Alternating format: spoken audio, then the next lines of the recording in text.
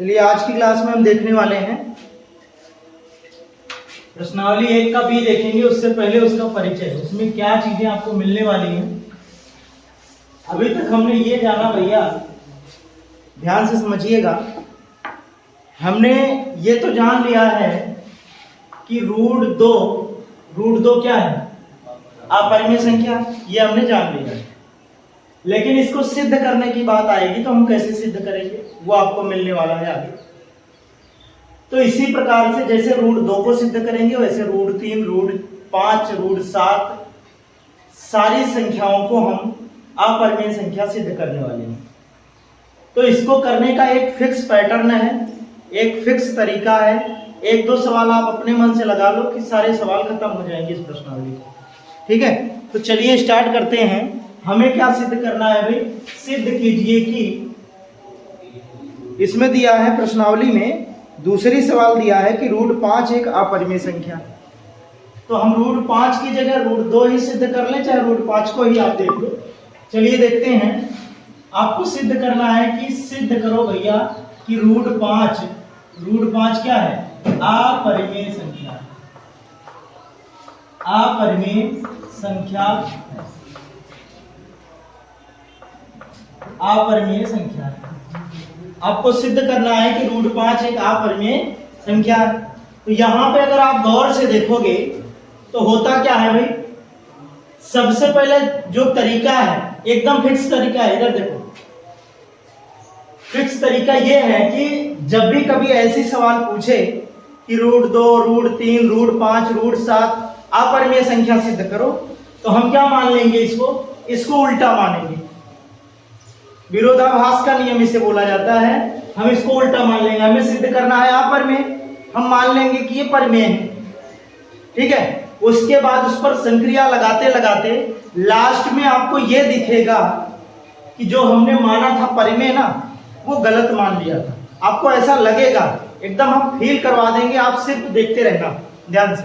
तो सबसे पहले हम इसको क्या मानते हैं भाई? रूट 5 को हम मान लेते हैं सिद्ध करने के लिए कि माना रूट 5 परिमेय संख्या। क्या है भाई? परिमेय संख्या है। जितना मैं लिख रहा हूं इस तरह की सभी सवालों में यही फिक्स होता है, यही लिखना ही होता है। सिर्फ संख्या बदल दी जाएगी, बाकी सब कुछ सेम टू सेम रहेगा। ठीक है, तो आगे क्या करेंगे? फिर आगे क्या लिखेंगे? अब देखो, क्रम से चलना। जब हम इसको परिमेय संख्या मान लिए तो परिमेय संख्या का जो रूप होता है उसके बराबर होगी। फिर इसका मतलब यह है कि जब ये परिमेय संख्या है, इसका मतलब रूट 5 जो है ना, रूट 5 p/q के रूप में होगा। क्यों भाई? होगा कि नहीं होगा? क्योंकि ये परिमेय संख्या माना है और परिमेय संख्या p/q के रूप में होती है, तो रूट 5 p/q के रूप में होगी। और जो इसकी क्वालिटी होती है उसको हम यहाँ कोष्टक में आगे लिख देंगे। क्वालिटी क्या होती है? q कभी 0 नहीं होता। और दूसरी बात क्या होती है? p तथा q पूर्णांक होते हैं,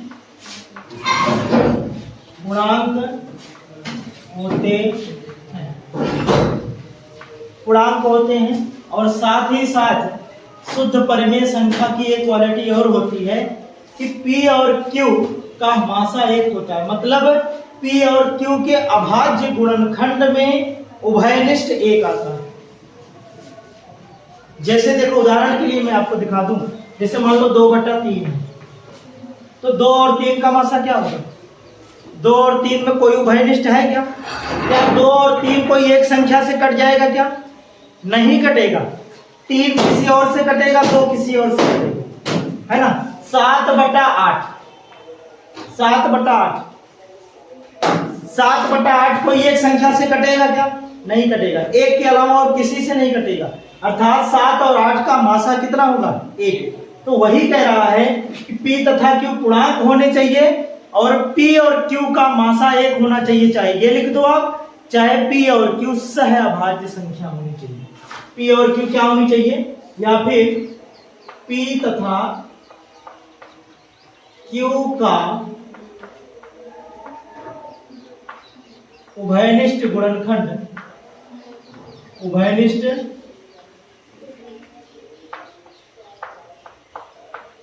गुणनखंड कितना होना चाहिए? 1 होना चाहिए।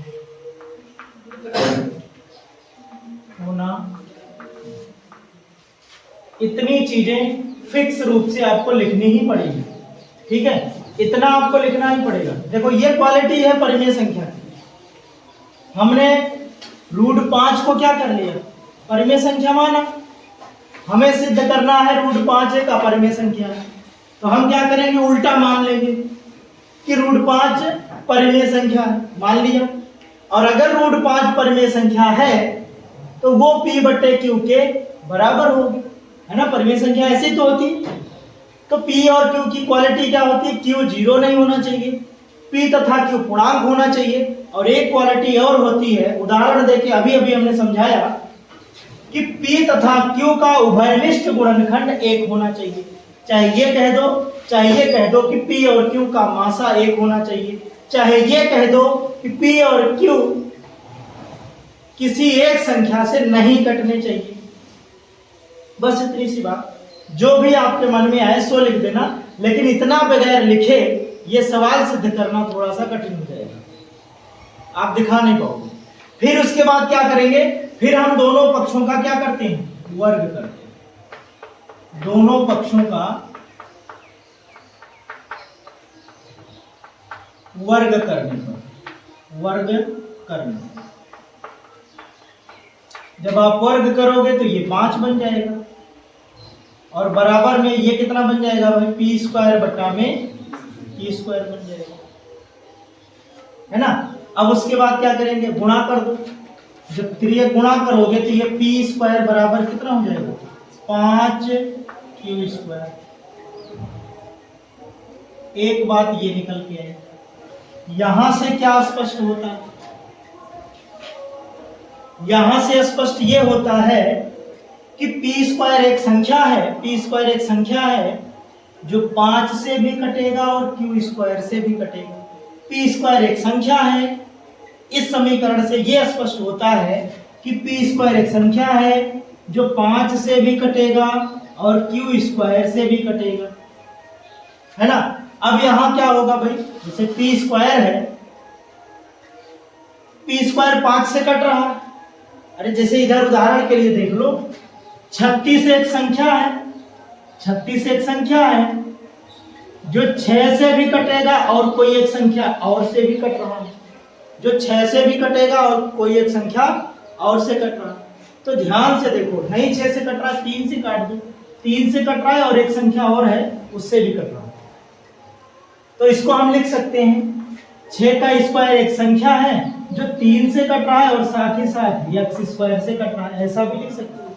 अब आप गौर से देखो, अगर कोई संख्या का वर्ग, अगर कोई संख्या का वर्ग किसी संख्या से विभाजित होता है तो, किसी संख्या का वर्ग मतलब 36, 6 का वर्ग मतलब 36 अगर 3 से विभाजित हो रहा है तो वह संख्या मतलब 6 भी 3 से विभाजित होती है। ये गणित का नियम है, चाहे जिसको आप देख लो।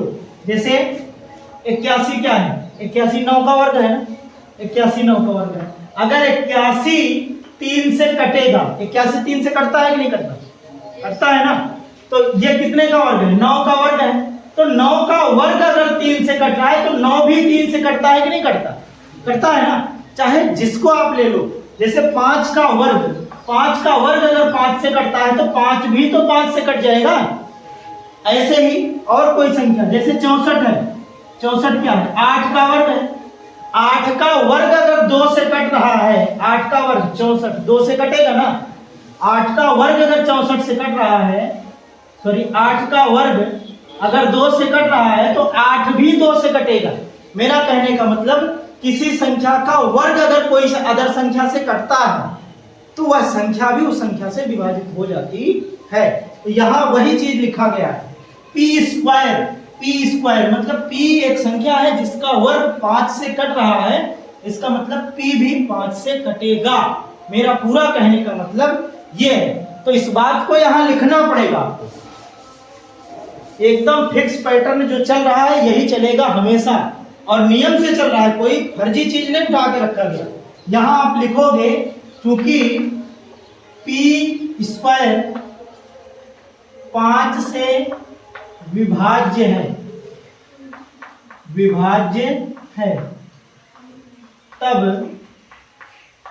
P भी 5 से विभाज्य होगा। इतना एक बार फिर लिखना पड़ेगा, इसको यहां लिखते हैं। ठीक है, 2 बातें आपको लिखना है, उसके बाद अब सवाल सिद्ध हो गई, अब दिक्कत नहीं है। एक बात इसको लिखोगे तो लास्ट में आपको काम करेगा, और इसको लिखोगे तो यहां आपको काम करेगा। और ये बात आपको पता होनी चाहिए कि जब किसी भी संख्या का वर्ग अगर किसी अदर संख्या से कटता है तो वह संख्या भी उस संख्या से विभाजित हो जाएगी। मेरा कुल मिला के कहने का मतलब यही था, और उदाहरण में आपको समझ में आएगी। तो यहाँ जब p स्क्वायर 5 से विभाजित है तो p भी 5 से विभाजित होगा, और p में जब 5 से हम भाग करेंगे तो कोई ना कोई उत्तर आएगा कि नहीं आएगा। तो जब हम p में 5 का भाग करेंगे तो मान लेते हैं कि वो k आता है। क्या आता है? k आता है। तो p बराबर कितना आ गया अपना? p बराबर 5 k आ गया। इसको आप ध्यान में रखना, या फिर इसको समीकरण 1 बना के रख लो। इसी प्रकार क्या करेंगे, या फिर समीकरण 1 से मान, या इसको समीकरण 1 बनाओ, आप इसको समीकरण 1 बनाओ। चलो इसको हम समीकरण 1 बना लेते हैं, इसको समीकरण 2 बना लेते हैं। अब क्या होगा, समीकरण 2 से मान समीकरण 1 में रख दो, p का मान रख दो आप इसमें, p का मान रखिए जरा। यहां हम लिखेंगे समीकरण 2 से मान समीकरण 1 में रखने ठीक है। जब मान रखोगे तो यहाँ p स्क्वायर है तो यहाँ 5 5 25 k स्क्वायर बन जाएगा। क्या बन जाएगा? 25 k स्क्वायर बराबर कितना? 5 q स्क्वायर बन जाएगा। 5 से विभाजित करोगे तो 5 k स्क्वायर बराबर q स्क्वायर। वही बात यहाँ भी स्पष्ट होती है, यही बात जो यहाँ लिखा था वही वहां भी आ गई है। q स्क्वायर एक संख्या है जो 5 और k स्क्वायर से कटेगा। अगर q स्क्वायर 5 से कट रहा है तो q भी 5 से कटेगा। वही चीज यहां भी लिख देना है, बस काम खत्म। क्योंकि q स्क्वायर 5 से विभाज्य है, इसलिए q भी 5 से विभाज्य होगा। ठीक है, तो हम क्या करेंगे, जब q 5 से कटेगा तो हम q में 5 का भाग करेंगे। तो मान लेते हैं q में जब 5 का भाग किया तो दूसरा कोई उत्तर आएगा भाई, क्योंकि दूसरी संख्या है उसमें 5 से विभाजित किया जा रहा है तो कोई दूसरा उत्तर आएगा। मान लो c आ जाता है तो q बराबर कितना आ गया? 5c आ गया। q बराबर कितना आ गया भाई? 5c आ गया। इसको समीकरण 3 मान लो, इसको समीकरण क्या मान लो? 3 मान लो।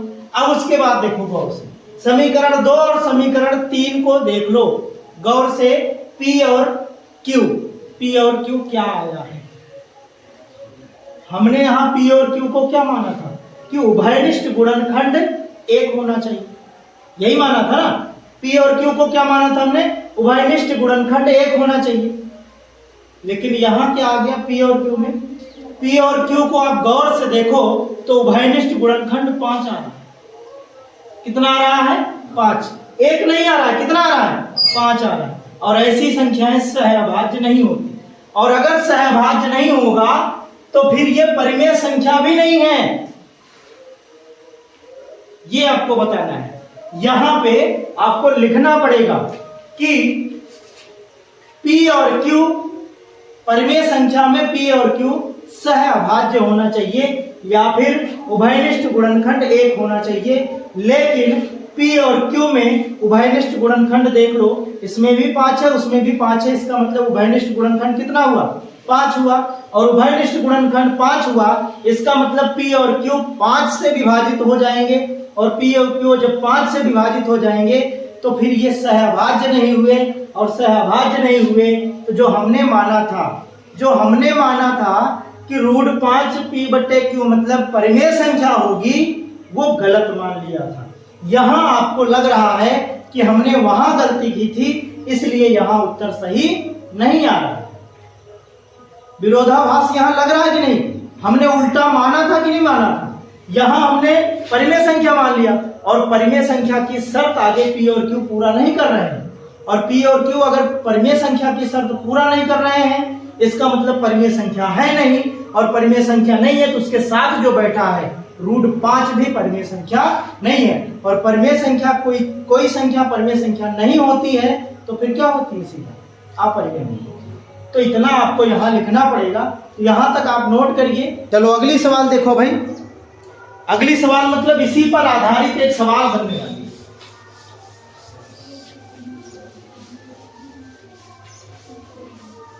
अब आपको सिद्ध करने की बात कर रहा है किसको? कि 3√3 को सिद्ध करो कि ये अपरिमेय है। इसको कैसे करोगे आप? 3√3 को सिद्ध करो, 3√3 अपरिमेय।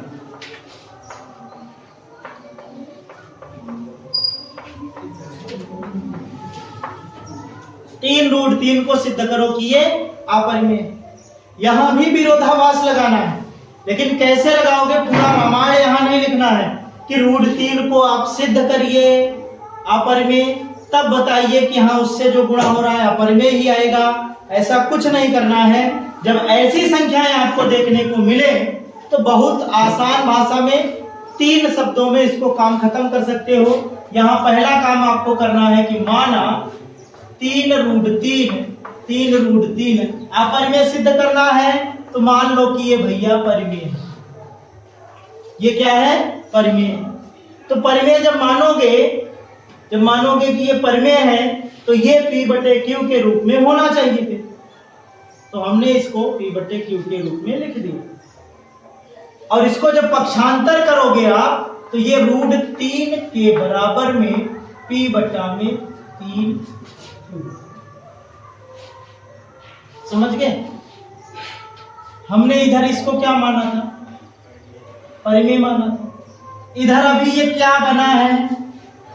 परिमेय ही बना है। कारण क्योंकि परिमेय में हमने एक संख्या का भाग किया। जैसे देखो परिमेय संख्या है अपने पास 9 में किसी परिमेय का ही भाग करो, जो 3 आता है उत्तर, क्या ये भी परिमेय है क्या? बिल्कुल है। तो बस वही आपको दिखाना है यहाँ कि हमने परिमेय जो माना था उसमें 3 का डिवाइड हो रहा है, इसका मतलब अभी ये क्या है? परिमेय। लेकिन इधर जो बैठा है इसको हम सिद्ध कर चुके हैं। √5 सिद्ध किया ना, √5 सिद्ध किया तो ऐसे ही √3 भी सिद्ध होगा, √2 भी सिद्ध होगा, √7 भी होगा, √11, 8, 10 सारे के सारे सवालों को हम इसी तरीके से सिद्ध कर चुके हैं। जानते हैं कि √3, अब यहां सब कुछ लिखने की जरूरत नहीं है। √3 क्या है? अपरिमेय संख्या, परिमेय नहीं है। लेकिन इधर जो हमने माना था, देखो यहां हमने माना भैया ये परिमेय है, ये परिमेय है, मान लिया। लेकिन पक्षांतर करने के बाद भी समझ में आया कि इधर वाला तो परिमेय है, इधर वाला परिमेय है, लेकिन इधर वाला दिखने लगा ना, अब तो दिखने लगा कि ये अपरिमेय।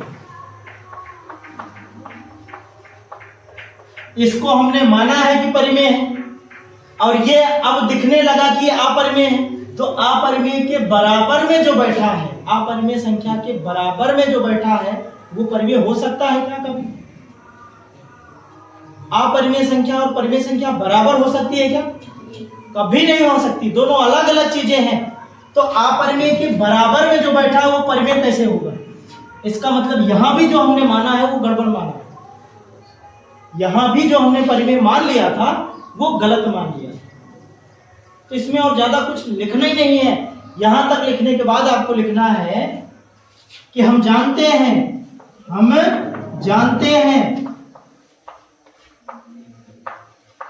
कि रूट तीन परिमेय संख्या नहीं है, परिमेय संख्या नहीं है।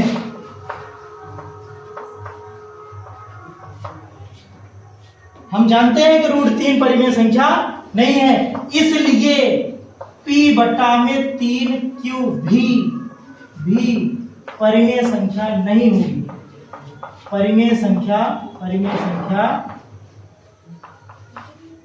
नहीं होगी।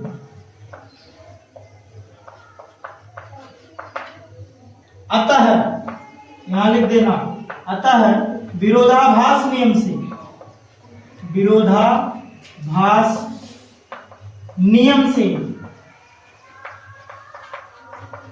से हमारा मानना गलत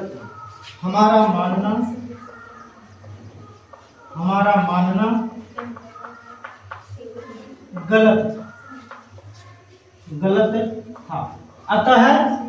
अतः क्या लिख देंगे, अतः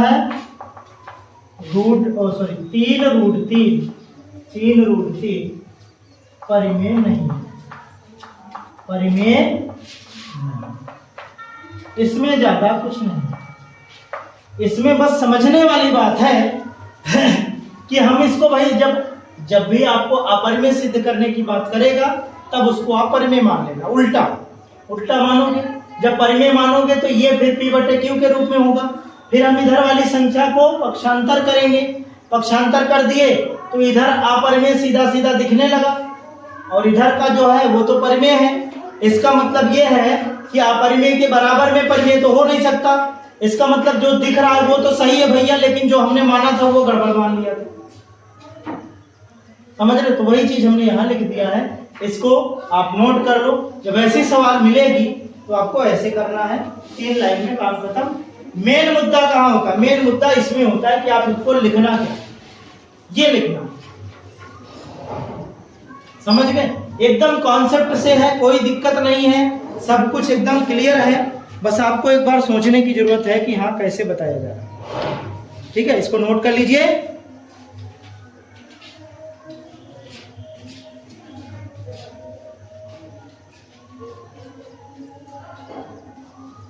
तो आज की क्लास बहुत इंपॉर्टेंट है, सवाल बन सकते हैं परीक्षा की दृष्टि से, तो इनका रिवीजन